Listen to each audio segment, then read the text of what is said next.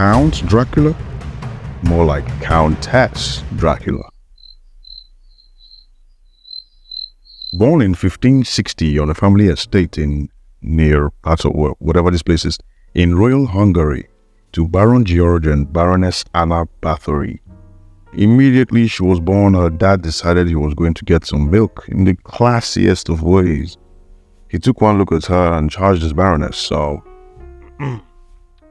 Now that we've been given this bundle of joy from the guts to cater to, and clothe her, and to provide her needs, keep her close to us, and keep an even closer eye on her, to make sure she stays off the pole.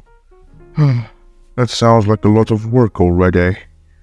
We could do that, or, hear me out, we could transfer her to the governesses to take care of her, have nothing to do with our own flesh and blood, and the best part is, when she's 13 years old, we'll marry her to some baron for political reasons. And her mother was like, well, I have too much on my plate as it is.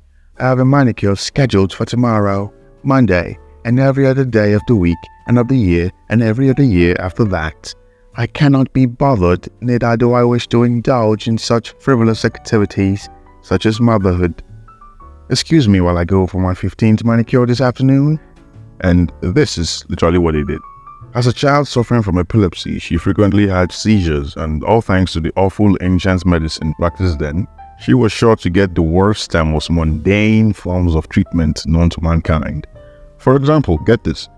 Her treatment included rubbing the blood of a non-sufferer on her lips and often giving her a mix of blood and a piece of the non-sufferer's skull to gobble down.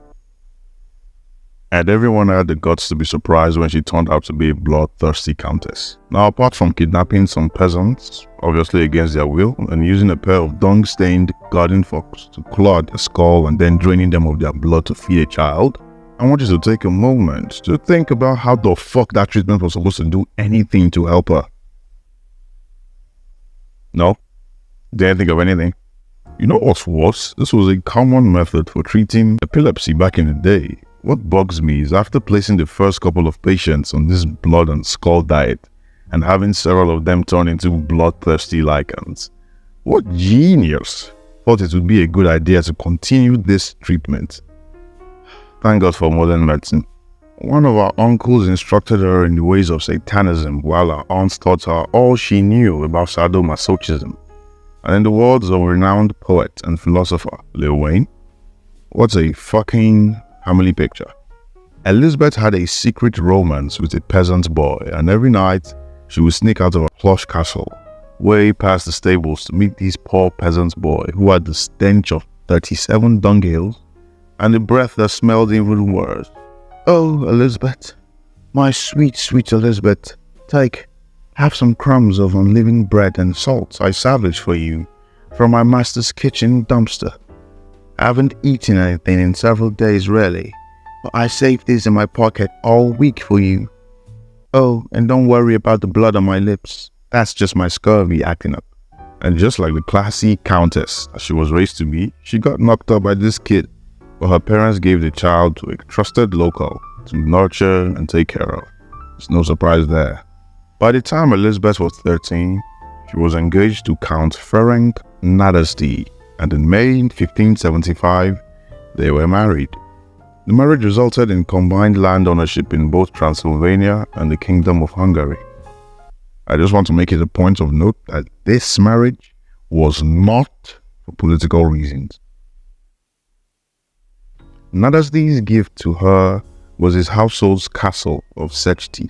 3 years into their marriage, and Nadasdy became the chief commander of Hungarian troops, leading them into war against the Ottomans. Bathory managed business affairs and the family's multiple estates during the war. Anna, Orsolia, Katalin, Andras, and Pal were the children Elizabeth had for the House of Nadasdy. Nadasdy died in January 1604, and fortunately, he entrusted Elizabeth and his children to Georgi Torso. Little did he know that this man would be the one to expose all of Elizabeth's royal dirty laundry. So Elizabeth starts a gymnasium, which is a place where children, especially those of the lesser gentry, are sent to learn all there is to know about etiquette and the art of being more ladylike. Now, I may be paranoid, but for someone who drinks skull cocktails every now and again, I would maybe question letting good old Elizabeth go within a 500-kilometer radius of my kids. But you know how these guys are fond of giving their kids away to strangers to do all of the hard work for them. It didn't take long for Elizabeth's gymnasium to be teeming with girls of all ages. After imprisoning the girls from her gymnasium, Elizabeth's daily routine consisted of, but not limited to, torturing a couple of them with needles, stabbing a couple of them with scissors, or biting off their breasts, their faces, and limbs just before breakfast, and maybe, just maybe, having a glass or two of their blood as a tasty beverage alongside a meal. Eesh. Her victims would be covered in honey and live ants, or burned with hot tongs and then placed in freezing water.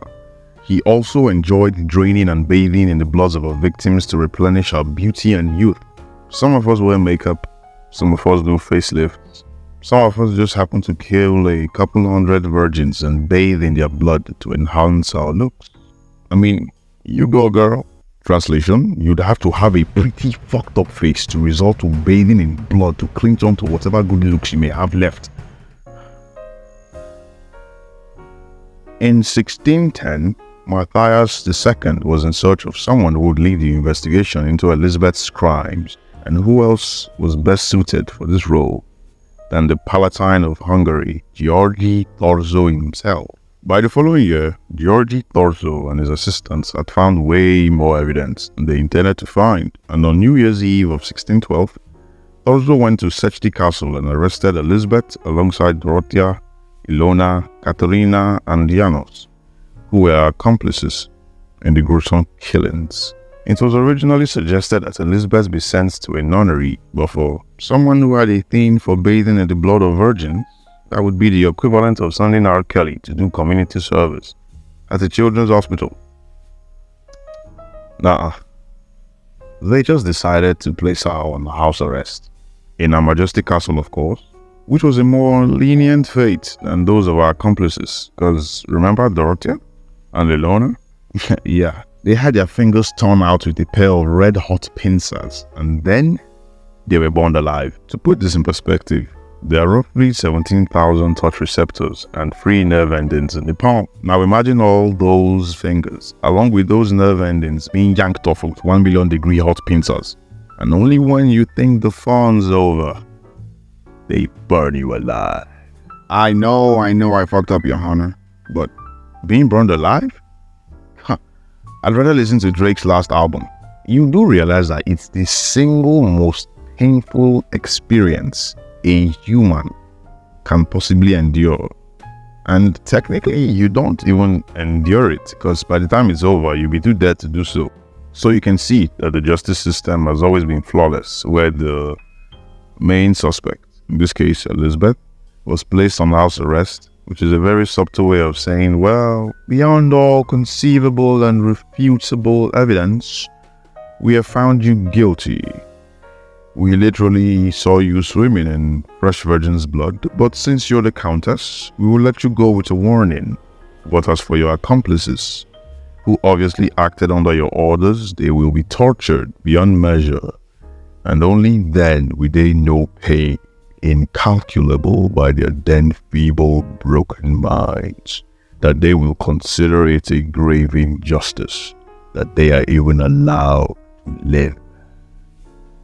Oh, and remember Janos, one of Elizabeth's accomplices? Yeah. Due to the belief that he was rather young and probably less culpable, they insisted on a less painful punishment. So they simply beheaded him. Katerina was given a life sentence. On the evening of 20th August 1614, Elizabeth complained to her bodyguard that her hands were going cold. And since back then the only form of medical attention was to dab some blood on her lips, she was still to walk it off, and Elizabeth was found dead the following morning. I guess the moral here is, whenever some bloodthirsty countess comes around to recruit you into a circus of lunatics, just say no. Trust me, you'll be better for it.